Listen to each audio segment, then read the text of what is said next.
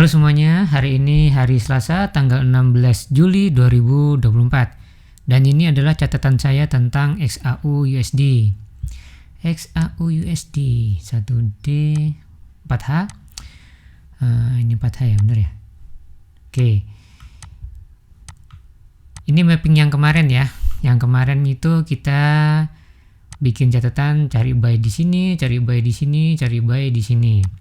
Dan tadi malam itu marketnya di time frame 1 jam, nah dia ada seperti ini. Cuman kalau di 1 jam resistennya nggak enak di sini, resistennya itu di sini seperti ini ya. Yang jadi acuan buy kalau ada yang mau buy ini candle yang ini nih. Di sini marketnya gagal menembus dari resisten yang ini. Kemudian ada candle bearish, tapi kemudian ada engulfing cukup gede, dia breakout, bisa open buy, kemudian stop lossnya ditaruh di bawah sini. Bisa seperti itu kalau mau, cuman struktur seperti ini lemah sih sebenarnya. Secara teori, kalau dari pelajaran yang saya dapat, kalau buy-nya di sini, stop lossnya sebenarnya di sini, bukan di sini sih. Tapi di sini juga dari pengalaman saya sudah cukup, biasanya begitu. Jadi silakan disesuaikan dengan strategi entry Anda sendiri.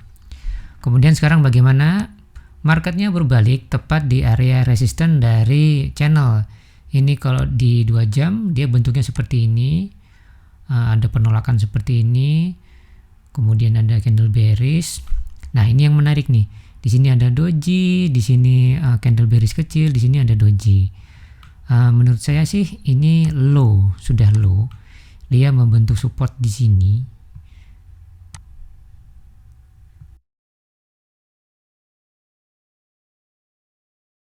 Jadi gambaran saya seperti ini, menurut saya kita sudah dapat support yang cukup kuat. Kalau kita sudah dapat support yang cukup kuat, kita bisa taruh stop loss di sini.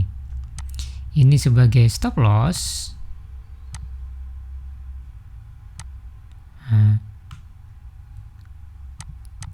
Begini ya. Kalau stop lossnya di sini, open buy-nya di mana? Nah, simple aja. Open buy-nya di titik sedekat mungkin dari stop loss dimanapun itu. Jadi nanti siang di sekitar London Session, tunggu marketnya berbalik dan cari entry sedekat mungkin dengan stop loss dimanapun itu. Kalau sudah menurut Anda dekat dengan stop loss, maka kita bisa open buy. Nah, dekat itu parameternya bagaimana?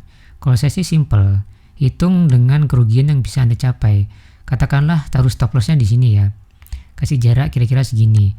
Ini kalau diambil ke sini itu 383 poin. Kalau di sini 400 poin.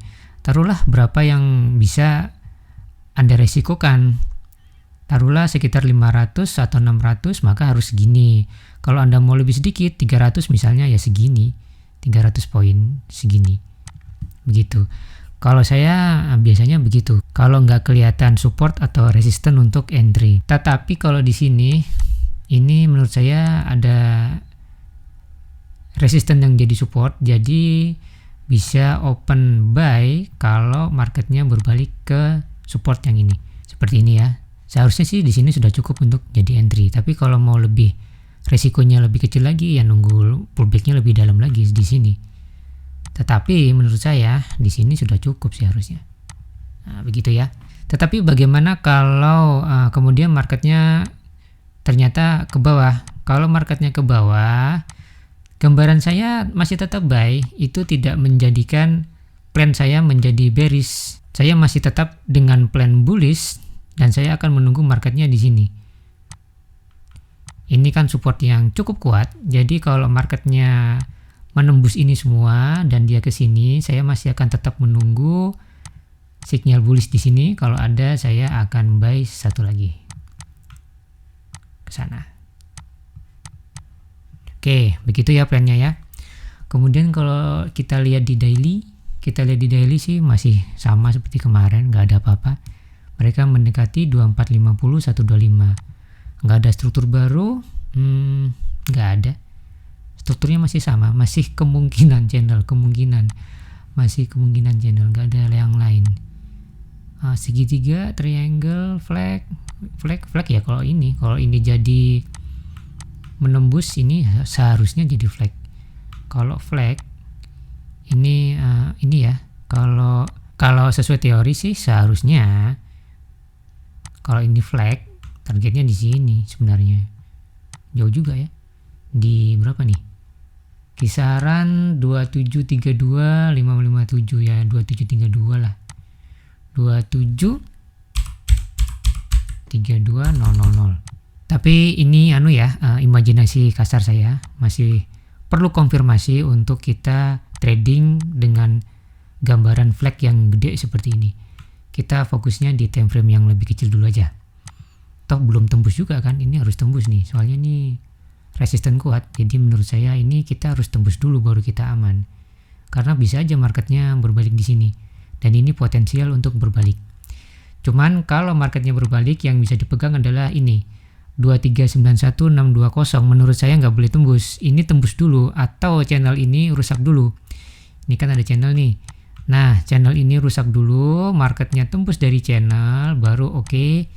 Kita nanti pikirin lagi apakah ini sudah bearish atau kita cari buy dengan formasi baru.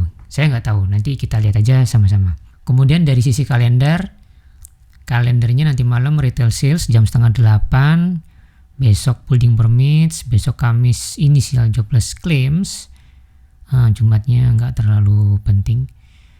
Kemudian minggu depan ada libur nggak sih? Existing home sales, new home sales, GDP, core PCE nggak ada.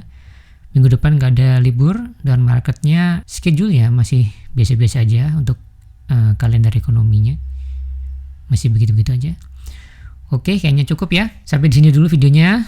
Silakan dibaca disclaimer-nya. Tidak ada jaminan apapun dari saya. Saya bisa salah total. Saya ulangi, saya bisa salah total karena itu Anda sendiri yang bertanggung jawab dengan keputusan yang Anda ambil. Saya juga mau mengucapkan terima kasih buat yang udah subscribe, udah kasih jempol, dan udah komen-komen. Semoga apa yang ada di channel ini bisa bermanfaat untuk Anda. Sampai di sini dulu dan kita ketemu lagi di video selanjutnya.